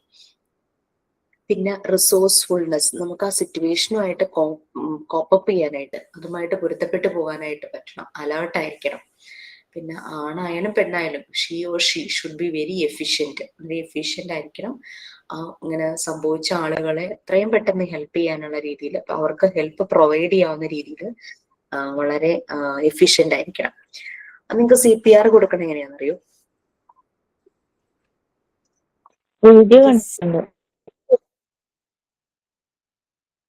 നമുക്ക് ചില സമയത്ത് ഹെൽത്ത് ഡിപ്പാർട്ട്മെന്റ് ആൾക്കാരൊക്കെ വന്ന് ഡെമോ ഒക്കെ ചിലപ്പോൾ റെസിഡൻസ് അസോസിയേഷനിലെ കുട്ടികൾക്ക് സ്കൂൾ കോളേജുകളിലൊക്കെ അങ്ങനെ കൊടുക്കണ കാണാറുണ്ട് അല്ലെ. അപ്പോൾ ഈ CPR വേണ്ട ആള് അങ്ങനെ കിടക്കുമായിരിക്കും. നമ്മളുടെ 2 കൈയും ഇങ്ങനെ ഫിംഗേഴ്സ് ലോക്ക് ചെയ്യുന്ന രീതിയിൽ 2 കൈയും വെച്ചിട്ട് ആളുടെ ഈ ചെസ്റ്റിന്റെ സെന്റർ ഭാഗത്തായിട്ട് നമ്മൾ പ്രസ് ചെയ്യണം. നമ്മുടെ ഫുൾ ബോഡി വെയിറ്റ് വെച്ചിട്ടാണ് നമ്മൾ നല്ലപോലെ പുഷ് ചെയ്യണം. പുഷ് ഹാർഡ്, നമ്മുടെ കൈ വെച്ചിട്ട് നല്ലപോലെ പുഷ് ചെയ്യണം. ഫുൾ പോസ് എടുക്കണം. പിന്നെ ഏകദേശം ഒരു മിനിറ്റില് 120 ബീറ്റ്സ് വരുന്ന രീതിയിൽ നമ്മളിങ്ങനെ കംപ്രസ് ചെയ്തുകൊണ്ടിരിക്കും. ഒരു 30 ചെസ്റ്റ് കംപ്രഷൻ അങ്ങനെ രീതിയിൽ കംപ്രസ് ചെയ്തുകൊണ്ടേയിരിക്കണം. അങ്ങനെ ഇത് റിപ്പീറ്റ് ചെയ്യണം എന്നാ പറയുക. ഈ ആളുടെ ബ്രീത്തിങ് നോർമൽ ആകുന്നവരെ എത്രയും പെട്ടെന്ന് ഹോസ്പിറ്റലിലേക്ക് കൊണ്ടുപോകുക. അപ്പൊ ആംബുലൻസിലാണ് കൊണ്ടുപോകുന്നതെങ്കിൽ ആംബുലൻസിൽ വെച്ചിട്ട് നമുക്കത് കൊടുക്കാനായിട്ട് പറ്റണം. അപ്പൊ CPR നല്ല ട്രെയിൻഡ് ആയിട്ട് കൊടുക്കുന്നതായിരിക്കും നല്ലത്. നമ്മൾ അറിയാതെ CPR കൊടുക്കാതിരിക്കുന്നതാണ് നല്ലത്.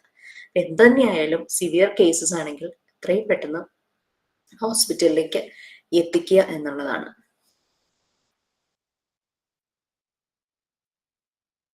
ഇപ്പം ഇതിന്റെ ഡെമോ എവിടെയെങ്കിലും കാണാൻ പറ്റുവാണെങ്കിൽ, CPRന്റെ കാണാൻ പറ്റുവാണെങ്കിൽ നല്ലതുപോലെ ഒന്ന് മനസ്സിലാക്കുക.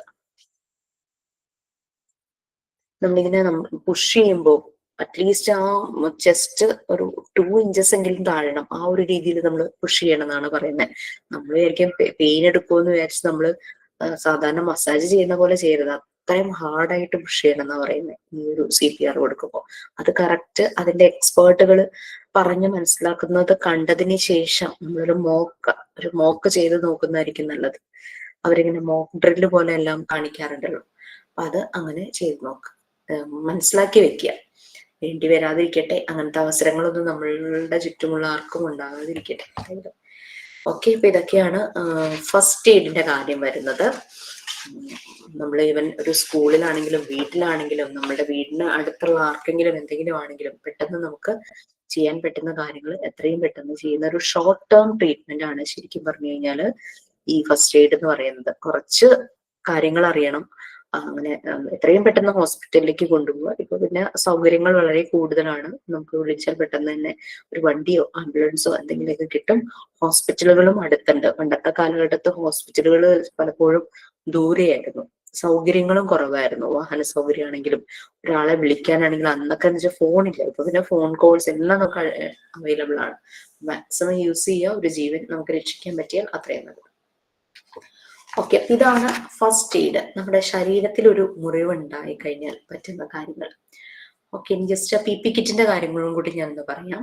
Universal precautions and personal protective equipment, PP kit അല്ലെ. യൂണിവേഴ്സൽ പ്രിക്വേഷൻസ് എന്ന് പറഞ്ഞു കഴിഞ്ഞാൽ സ്റ്റാൻഡേർഡ് പ്രിക്വേഷൻസ്. അതാണ് ഒരു ഡിസീസ് സ്പ്രെഡ് ആകുന്നതിൽ നിന്നും, അതും നമ്മുടെ ഏകദേശം ഫസ്റ്റ് എയ്ഡിൽ പെടുന്ന ഒരു കാര്യമാണ്. ഇപ്പൊ കോവിഡ് വന്ന സമയത്ത് അത് സ്പ്രെഡ് ആകാതിരിക്കാൻ പല രീതിയിലുള്ള മെഷേഴ്സ് നമ്മൾ യൂസ് ചെയ്തു. മാസ്ക് യൂസ് ചെയ്തു, സാനിറ്റൈസർ യൂസ് ചെയ്തു, പിന്നെ ഭയങ്കര ദൂരേക്കൊക്കെ പോകും. പല ടൈപ്പിലും മാസ്ക് വന്നു അല്ലെ. ഈ സാധാരണ മാസ്ക് ഉണ്ടായിരുന്നു, പിന്നെ അതുപോലെ തന്നെ N95 അല്ലെ, അങ്ങനെയുള്ള മാസ്ക് ഉണ്ടായിരുന്നു. അങ്ങനെ അപ്പൊ ഇങ്ങനെ പല ഔട്ട് ബ്രേക്കുകൾ വരുമ്പോൾ നമുക്ക് പലപ്പോഴും പ്രിക്വേഷൻസ് എടുക്കും. ഔട്ട് ബ്രേക്കുകൾ എന്ന് പറഞ്ഞു കഴിഞ്ഞാൽ പെട്ടെന്ന് പകരുന്ന ചില രോഗങ്ങൾ, നിപ്പ, കോവിഡ്, പിന്നെ ചില പനികളൊക്കെ പെട്ടെന്ന് പകരും.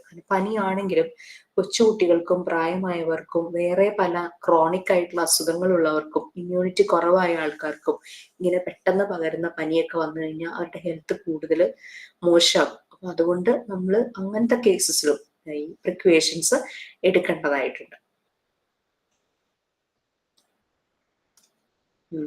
Hepatitis B virus, hepatitis C virus, അതുപോലെ തന്നെ HIV, അങ്ങനെയുള്ള പല അസുഖങ്ങളൊക്കെ വല്ലാതെ ഇൻഫെക്ഷൻസ് ബുദ്ധിമുട്ടുണ്ടാക്കുന്ന അസുഖങ്ങളാണല്ലേ. അപ്പൊ പലപ്പോഴും യൂണിവേഴ്സൽ പ്രിക്കോഷൻസ് നമ്മൾ എടുക്കണം. ഒരു ഇപ്പൊ ഒരാളുടെ HIV എന്നൊക്കെ പറയുമ്പോൾ ബ്ലഡ് ഇൻഫെക്റ്റഡ് ആവുകയാണല്ലേ, ബ്ലഡിൽ ഇൻഫെക്ഷൻ ഉണ്ട്. അപ്പൊ അങ്ങനെ നമ്മൾ അപ്പൊ ആ ഒരു പേഷ്യന്റിനെ ഹാൻഡിൽ ചെയ്യുമ്പോൾ, പ്രത്യേകിച്ചും മെഡിക്കൽ ഫീൽഡിൽ വർക്ക് ചെയ്യുന്നവരാണ്, ആ പേഷ്യന്റിന് ഒരു ഇഞ്ചക്ഷൻ കൊടുക്കുമ്പോൾ ഗ്ലൗസ് ഒക്കെ യൂസ് ചെയ്യണം. ഈവൻ എല്ലാവരും അങ്ങനെ തന്നെയാ പറയുന്നത്, ഏതൊരു പേഷ്യൻസിന് ഇഞ്ചക്ഷൻ കൊടുക്കുമ്പോഴും ഗ്ലൗസ് യൂസ് ചെയ്ത് ചെയ്യുന്ന. കാരണം അവര് ആ ഒരു ഫീൽഡിൽ വർക്ക് ചെയ്യുമ്പോൾ പെട്ടെന്ന് ഇവർ ഇൻഫെക്ഷൻ ഉള്ള ആൾക്കാരുമായിട്ട് ഡീൽ ചെയ്യുന്ന ആൾക്കാരായിരിക്കും അല്ലെ, ഈ ഹോസ്പിറ്റലിൽ വർക്ക് ചെയ്യുന്നവര്. അവര് അവരുടെ കാര്യങ്ങൾ കെയർ ചെയ്യണം. അതാണ് യൂണിവേഴ്സൽ പ്രിക്കോഷൻസിൽ മെയിൻ ആയിട്ട് പറയുന്നത്. അപ്പൊ ഈ ബ്ലഡ് ബോഡി ഫ്ലൂയിഡ്സ് വഴിയൊക്കെ ഇൻഫെക്ഷൻസ് വരുവാണെങ്കിൽ അത് ഹാൻഡിൽ ചെയ്യുന്നവര്, അങ്ങനെയുള്ള കാര്യങ്ങൾ ഹാൻഡിൽ ചെയ്യുന്നവര് നല്ല പോലെ തന്നെ സെൽഫ് കെയർ നോക്കണം. PP കിറ്റ് എന്ന് പറയുന്നത് അതിനകത്ത് ഡിസ്പോസിബിൾ ഗ്ലൗസ് ഉണ്ട്, ഗൗൺ പോലെയുണ്ട്, ലാബ് കോട്ട് ഉണ്ട്, പിന്നെ ഫേസ് ഷീൽഡ് പോലെ വെക്കൂല്ലേ, പിന്നെ ഐ പ്രൊട്ടക്ഷന്, അതുപോലെ പിന്നെ പോക്കറ്റ് മാസ്കുകളുണ്ട്. അങ്ങനെ കുറെ ഫേസ് മുഴുവനും മറച്ചു വെക്കുന്ന രീതിയിലുണ്ട്. ഇതെല്ലാം യൂണിവേഴ്സൽ പ്രിക്കോഷൻസിൽ വരുന്നതാണ്. ഞാൻ എക്സ്ട്രാ കുറച്ച് കാര്യം പറയുന്നുള്ളൂ കേട്ടോ. പേഴ്സണൽ പ്രൊട്ടക്റ്റീവ് എക്യുപ്മെന്റ് കോവിഡ് സമയത്ത് നമ്മൾ ഈ പറഞ്ഞ സാധനങ്ങൾ കൂടുതലായിട്ട് മെഡിക്കൽ ഫീൽഡിലുള്ളവർ ഉപയോഗിച്ച് കണ്ടിട്ടുള്ളതുണ്ട്. ഫുൾ അവരുടെ ബോഡി കവർ ചെയ്യുന്നവരുടെ കണ്ണും കവറിങ് ആണ്, പക്ഷെ അതിൽ കൂടെ നമുക്ക് അവരുടെ കണ്ണ് മാത്രമേ കാണുന്നുള്ളൂ, വേറെ അവരുടെ ഒരു ബോഡി പാർട്സും കാണില്ല. ഫുൾ അവർ ഗ്ലൗസ് ഒക്കെ ഇട്ട് കംപ്ലീറ്റ് കവർ ചെയ്തിട്ടാണ് അവർ വരുന്നത്. അപ്പൊ അതെല്ലാം യൂണിവേഴ്സൽ പ്രിക്കോഷൻസിൽ വരുന്നു. കാരണം പലപ്പോഴും ഇൻഫെക്റ്റഡ് ആയ ബോഡി, ഈവൻ ഡെത്ത് ആയ ഒരാളുടെ ബോഡിയിൽ ഇതുപോലെ ബോഡി ഫ്ലൂയിഡ്സും ബ്ലഡും ഒക്കെ പുറത്തേക്ക് ഒഴുകിയിട്ടുണ്ടാകാം. അപ്പൊ അങ്ങനെ ഒരു ഡെഡ് ബോഡിയെ അവർ ഹാൻഡിൽ ചെയ്യുമ്പോഴും അവർ ഈ കാര്യങ്ങളെല്ലാം യൂസ് ചെയ്ത് പ്രിക്കോഷൻസ് എടുത്തിട്ടാണ് ചെയ്യുന്നത്. ഓക്കെ, അപ്പൊ ഇതാണ് നമ്മൾ ഫസ്റ്റ് എയ്ഡിൽ എക്സ്ട്രാ നമ്മൾ പറഞ്ഞത് യൂണിവേഴ്സൽ പ്രിക്കോഷൻസ് കേട്ടോ. ബോഡി ഫ്ലൂയിഡ്സ്, ഇൻഫെക്റ്റഡ് ആയ ബോഡി ഫ്ലൂയിഡ്സ്, ബ്ലഡ് ഒക്കെ ഡീൽ ചെയ്യുമ്പോൾ സെൽഫ് കെയറിന് വേണ്ടിയിട്ട് നമ്മൾ യൂണിവേഴ്സൽ പ്രിക്കോഷൻസ് ഫോളോ ചെയ്യണം. PP കിറ്റ് യൂസ് ചെയ്യാം. അതിലൊന്നാണ് PP കിറ്റ്, അതാണ് പറഞ്ഞ കാര്യം. Next psychological first aid. നിങ്ങൾക്ക് ടെക്സ്റ്റിലില്ല, ഞാൻ അതിന്റെ ഒരു PDF ഷെയർ ചെയ്ത് തരാം കേട്ടോ. സൈക്കോളജിക്കൽ ഫസ്റ്റ് എയ്ഡ്, അതിന് PFA. നെക്സ്റ്റ് ക്ലാസ്സിൽ വരുമ്പം ആ PDF വായിച്ചിട്ട് വന്നാൽ മതി. നമ്മൾ പറഞ്ഞു PP kit. Okay, thank you മിസ്ട്രിയ ഡീറ്റെയിൽസ് ഇട്ടിട്ടുണ്ട് കേട്ടോ. അപ്പൊ നിങ്ങളൊന്ന് നോട്ട് ചെയ്ത് വെക്കുക. യൂണിവേഴ്സൽ പ്രിക്കോഷൻസ് നോട്ട് ചെയ്ത് വെച്ചിട്ട് മാക്സിമം അതിന്റെ നോട്ട്സ് കളക്ട് ചെയ്യാവുന്ന കളക്ട് ചെയ്യുക. അപ്പൊ അത് നല്ല രീതിയിൽ കളക്ട് ചെയ്തവര് മറ്റുള്ളവർക്ക് വേണ്ടിയിട്ടൊന്ന് ഷെയർ ചെയ്യുക കൂടെ ചെയ്യുക കേട്ടോ. നമ്മുടെ കോവിഡിന്റെ ആ ടൈം ഓർത്താൽ മതി. ആ സമയത്ത് ഏറ്റവും കൂടുതൽ യൂണിവേഴ്സൽ പ്രിക്കോഷൻ ആയിട്ട് യൂസ് ചെയ്തായിരുന്നു PP കിറ്റ്. അടുത്തത്, ശരീരത്തിന് മുറിവ് പറ്റിയാൽ, ശരീരത്തിൽ എന്തെങ്കിലും പൊള്ളലോ എന്തെങ്കിലുമൊക്കെ പറ്റിക്കഴിഞ്ഞു കഴിഞ്ഞാൽ, മുങ്ങിപ്പോയാൽ എല്ലാം നമ്മൾ കൊടുക്കുന്ന ഫസ്റ്റ് എയ്ഡിനെ കുറിച്ചും എല്ലാം പറഞ്ഞു. എന്ത് തന്നെയാണെങ്കിലും എത്രയും പെട്ടെന്ന് ഹോസ്പിറ്റലിലേക്ക് എത്തിക്കുക, സിവിയർ ആണെങ്കിൽ, അതെല്ലാം നമ്മൾ പറഞ്ഞു അല്ലെ. അപ്പോ അത് പ്രൊവൈഡ് ചെയ്യുന്ന ആൾ എങ്ങനെയായിരിക്കണം എന്ന് നമ്മൾ പറഞ്ഞു. അയാൾ വളരെ കരുതലുള്ള ഒരാളായിരിക്കണം, എമ്പതി ഉണ്ടാവണം, അതായത് മറ്റുള്ളവരുടെ ആ പെയിൻ മനസ്സിലാകണം. ഞാൻ പറഞ്ഞില്ല, എന്റെ കൈ മുറിഞ്ഞപ്പോ ഒരു ഡേ ഇല്ലാതെയാണ് ആ സിസ്റ്റർ ആ മരുന്നെടുത്തങ്ങ് എന്റെ മുറിവിലേക്ക് അങ്ങ് പ്രസ് ചെയ്ത്. പ്രസവ വാർഡിലും അങ്ങനെ കുറെ പേര്. കാരണം ഞാനൊരു കുട്ടിയാണ്, അവര് നല്ല പ്രായമുള്ളൊരു ലേഡിയാണ്. ആ മുറിവിന് മുറിവ് കണ്ടാൽ അറിയാം, അത്രയും ഡീപ്പ് വൂണ്ടായിരുന്നു, ഒരു കുഴി പോലെയായിരുന്നു. അവരതിലേക്ക് ആ അയഡിൻ ഒഴിക്കുമായിരുന്നു. ഞാൻ അനുഭവിച്ച പെയിൻ ചെറുതൊന്നും ആയിരുന്നില്ല. അപ്പൊ അങ്ങനെ ആ ഒരു എമ്പതി പോലും ഇല്ലാതെയാണ്, വളരെ ഒരു നിർദാക്ഷിണ്യാണ് അവരെന്നോട് പെരുമാറിയത്. അപ്പൊ അങ്ങനെ ഒരു ഫസ്റ്റ് എയ്ഡ് കൊടുക്കുന്ന ആൾ ആ ഒരു കമ്പാഷനേറ്റ് ആയിരിക്കണം. അവർക്ക് ആ ഒരു എമ്പതി ഉണ്ടാവണം. കാരണം ഹീസ് ഇൻ പെയിൻ അല്ലെങ്കിൽ ഷീസ് ഇൻ പെയിൻ, ആൾക്ക് പെയിൻ ഉണ്ട്, അപ്പൊ അതിനനുസരിച്ച് പതുക്കെ. ചില സിസ്റ്റർമാര് വേദനിക്കുന്നുണ്ടോ, ഇഞ്ചക്ഷൻ ചെയ്യാൻ പോകുമ്പോഴും ഞാൻ കുത്താൻ പോവാട്ടോ എന്തെങ്കിലുമൊക്കെ നമ്മളോട് സംസാരിച്ച്, നമ്മൾ അറിയേയില്ല ചിലപ്പോൾ ഇഞ്ചക്ഷൻ ചെയ്യുന്നത്. ചിലരങ്ങ് ഒറ്റ കുത്താം അല്ലെ. ഇറ്റ്സ് ഒരേ കാര്യം തന്നെയാണ് രണ്ടുപേരും ചെയ്യുന്നത്, പക്ഷെ ചിലര് ചെയ്യുമ്പോൾ നമ്മൾ അറിയുന്നേ തെരഞ്ഞാ കിട്ടില്ല.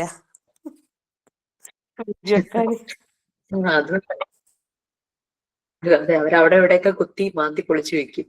അങ്ങനെ ഉണ്ടായിട്ടുണ്ട്. ഓക്കെ. അപ്പൊ അങ്ങനെ അത് നമ്മളിപ്പോ ശരീരത്തിന്റെ കാര്യം പറഞ്ഞു അല്ലേ? ശരി, അത് ഹീലായി ഉണങ്ങി ഒരാളിനെ നമുക്ക് പറ്റിയില്ലെങ്കിൽ അടുത്ത സ്ഥലത്ത് പോയിട്ട് നമുക്ക് മുറിവ് ശരിയാക്കി വെച്ച് കെട്ടി ഉണക്കാം. ആ ഒരു സ്കാർ വന്നു കഴിഞ്ഞാൽ എന്തെങ്കിലുമൊക്കെ നല്ലൊരു ബ്രാൻഡിന്റെ കോസ്മെറ്റിക് ക്രീം ഒക്കെ വാങ്ങിച്ചിട്ട് അവിടെ പുരട്ടി ആ പാടും നമ്മൾ മാറ്റും. നമ്മളുടെ മനസ്സിന് മുറിവേറ്റ് കഴിഞ്ഞാൽ എന്ത് ചെയ്യണം? അങ്ങനെ മനസ്സിൽ മുറിവേറ്റ ആളുകളെ നമ്മൾ എങ്ങനെ കരുതലോടെ നോക്കണം? ഇതാണ് നെക്സ്റ്റ് നിങ്ങൾ ചെയ്യുന്നത്. നമ്മുടെ ടോപ്പിക് ഇല്ല, നമ്മുടെ കണ്ടന്റ്സിൽ ഒന്നും ഇല്ലാത്തൊരു സാധനമാണ്. പക്ഷെ എനിക്ക് തോന്നി ഇതും കൂടെ ഒന്ന് തന്നു കഴിഞ്ഞാൽ നന്നായിരിക്കും. കാരണം പലപ്പോഴും മുന്നിൽ വരുന്ന കുഞ്ഞുങ്ങൾ ഒത്തിരി വേദനയോടുകൂടെ വരുന്നവരുണ്ടാവും. അവർക്ക് ചിലപ്പോൾ പറയാൻ പറ്റുണ്ടാവില്ല, അവരനുഭവിച്ച വിഷമങ്ങൾ നമ്മളോട് പറയാൻ പറ്റുണ്ടാവില്ലേക്ക്. അല്ലെങ്കിൽ വേണ്ട, നമ്മുടെ വീട്ടിലുണ്ടാവും, നമ്മുടെ വീടിന് ചുറ്റുപാടുണ്ടാവും, നമ്മുടെ ഫ്രണ്ട്സിനുണ്ടാവും അല്ലെ? അപ്പൊ അത് നമുക്ക് മനസ്സിലാകണം അവരുടെ ആ ഒരു വിഷമം. പലപ്പോഴും ഇവരുടെ നോൺ വെർബൽ ക്യൂസിൽ നിന്ന് അവരുടെ മുഖത്ത് നിന്ന്, മുഖം മനസ്സിന്റെ കണ്ണാടി എന്ന് പറയാറില്ലേ, മുഖത്ത് നിന്ന് നമ്മൾ വായിച്ചെടുക്കും. ഒന്നും വേണ്ട, ഫോൺ ചെയ്യുമ്പോൾ സാധാരണ സംസാരിക്കുന്നതിന് വ്യത്യാസമായി ശബ്ദത്തിന് വ്യത്യാസം നമ്മൾ ചോദിക്കില്ല, എന്ത് പറ്റി നിനക്ക്? നമ്മുടെ ഫ്രണ്ട്സിനോട് ശബ്ദം വല്ലാതിരിക്കുന്നുണ്ടല്ലോ, എന്തെങ്കിലും കുഴപ്പമുണ്ടോ? അത്രയും നേരം ഉള്ളിൽ ഇങ്ങനെ അടക്കി വെച്ചിട്ടുള്ള വിഷമായിരിക്കും. നമ്മളുടെ ഈ ചോദ്യം കേൾക്കുമ്പോൾ അവരുടെ ഉള്ളിൽ എന്തൊരു കുളിര് കോരിയിട്ട പോലെ ഒരു ഇത് തോന്നും, റിലാക്സ്ഡ് ആവും, അവർ ഓപ്പൺ അപ്പ് ആവും. ആ ഒരു സ്പേസ് നമുക്ക് ആർക്കെങ്കിലും ഒരാൾക്കെങ്കിലും കൊടുക്കാൻ പറ്റി കഴിഞ്ഞു കഴിഞ്ഞാൽ that's very good. Psychological first എയ്ഡില് PFAയില് നമ്മൾ അതാണ് പറയുന്നത്. അതൊരു സൈക്കോളജിക്കൽ സപ്പോർട്ടാണ് നീഡി ആയിട്ടുള്ള ആളുകൾക്ക്. അത് പലപ്പോഴും കുട്ടികൾക്കാകാം, അഡൽട്സിനാകാം, ഫാമിലീസ് ആകാം. പലപ്പോഴും എന്തെങ്കിലും ഒരു അപകടം നേരിട്ടിട്ടുള്ള, എന്തെങ്കിലും ഡിസാസ്റ്റർ അല്ലെങ്കിൽ എന്തെങ്കിലും രീതിയിലുള്ള അപകടം നേരിട്ടിട്ടുള്ളത്. ഇപ്പൊ നമുക്കറിയാം, ഫ്ലഡ് ഒക്കെ വന്ന സമയത്ത് ചിലപ്പോൾ ആ കുടുംബത്തിലെ എല്ലാവരെയും നഷ്ടപ്പെട്ടു പോയിട്ടുണ്ടാവും. കുട്ടിയായിരിക്കും അവശേഷിച്ചിട്ടുണ്ടാവുക, പാരന്റ്സ് ഒക്കെ നഷ്ടപ്പെട്ടിട്ടുണ്ടാവും, മരിച്ചു പോയിട്ടുണ്ടാവുക.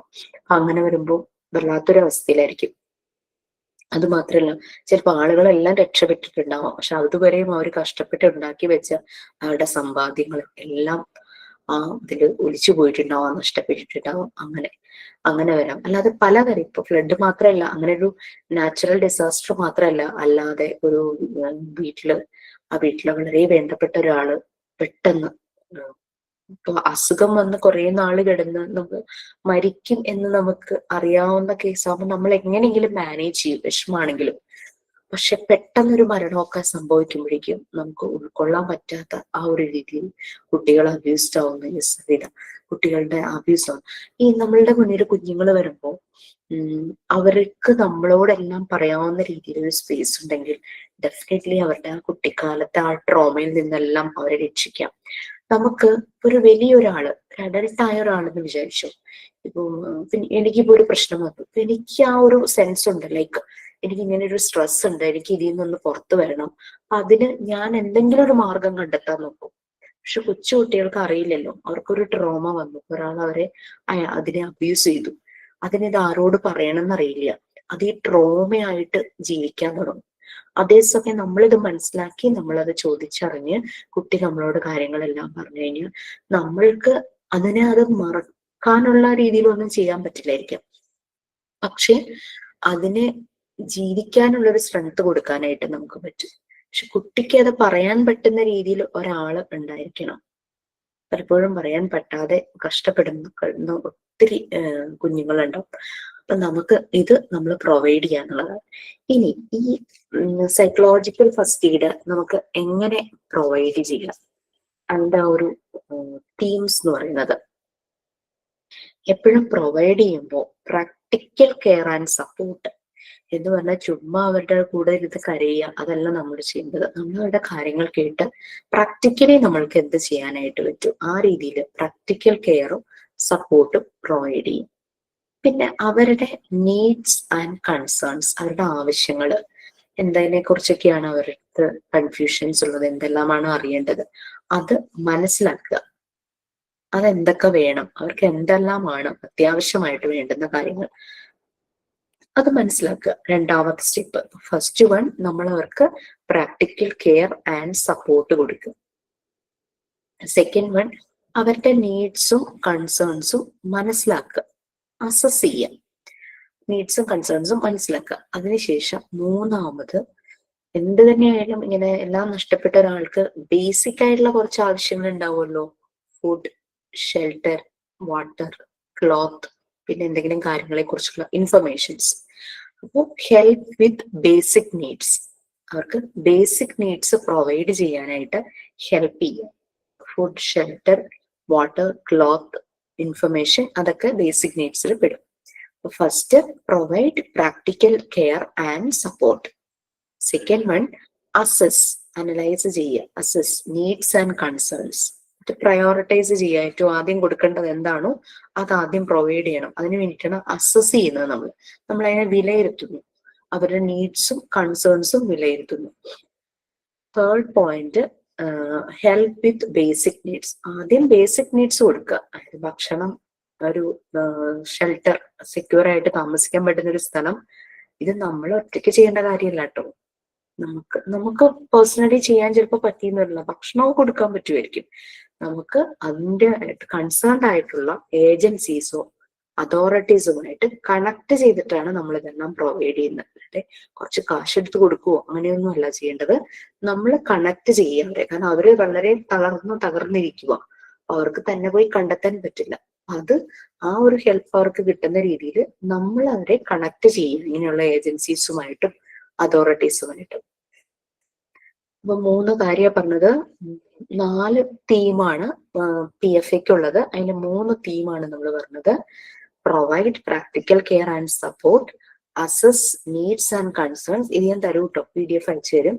Help with basic needs, food, water, shelter, clothes, information, etcetera.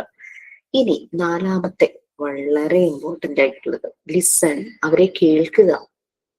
പക്ഷേ don't pressure them to talk, സംസാരിക്കാനായിട്ട് അവരെ പ്രഷറൈസ് ചെയ്യരുത്.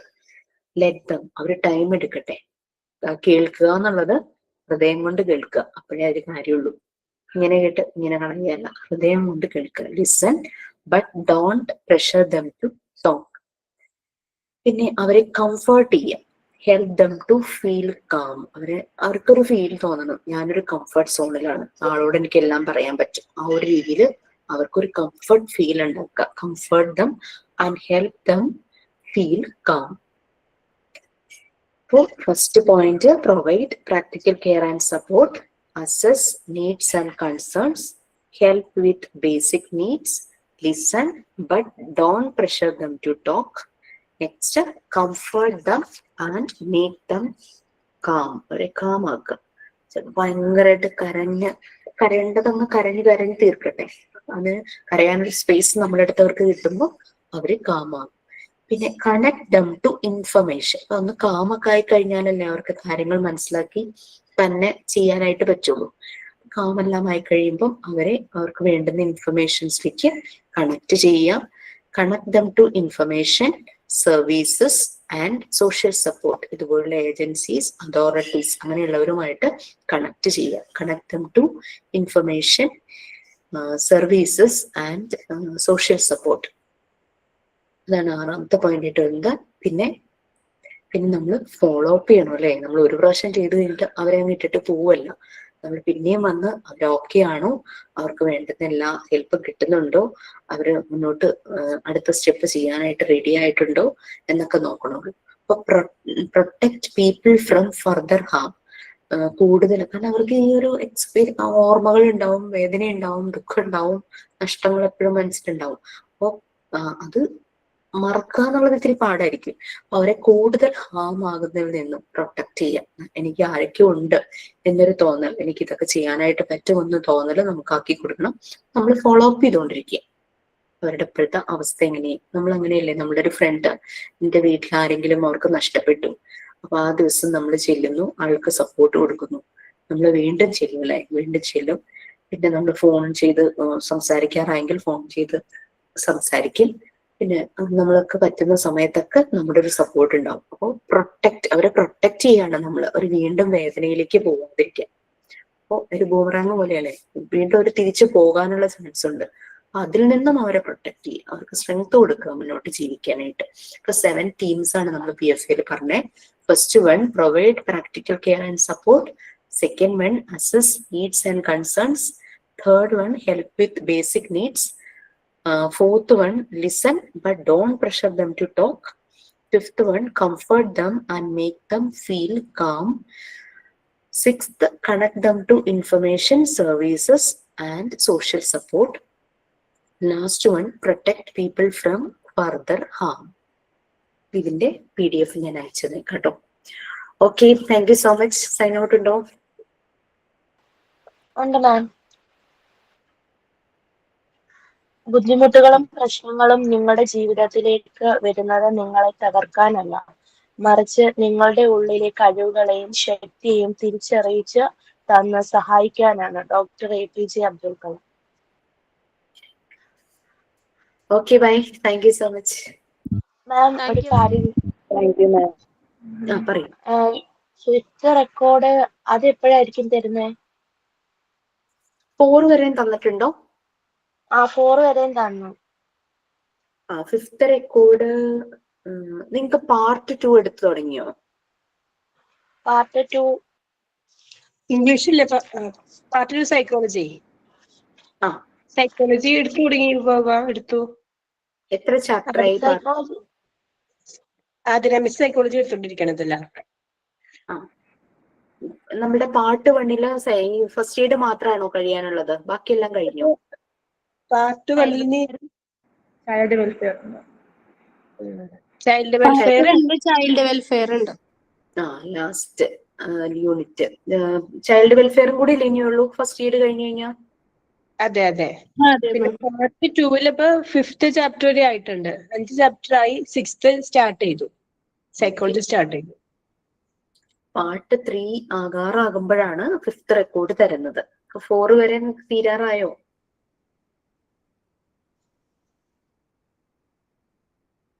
ഇനി 5 ചാപ്റ്റർ ഉണ്ട്. പാർട്ട് 3 ആകുമ്പോഴാണ് നമ്മൾ പ്രാക്ടിക്കൽ സെഷൻ പാരലായിട്ട് തുടങ്ങും. നിങ്ങൾക്ക് ടീച്ചിങ് പ്രാക്ടീസിന് പോകാനും പറ്റിയൊരു സമയമാണ്. മോണ്ടിസോറിയുടെ മെത്തേഡ് നമ്മൾ പഠിക്കുകയാണ്. അപ്പൊ മോണ്ടിസോറി ഡിസൈൻ ചെയ്ത മെറ്റീരിയൽസ് ആണ് നമ്മുടെ പ്രാക്ടിക്കൽസ് മോഡ്യൂൾ 3 ആണ് കേട്ടോ.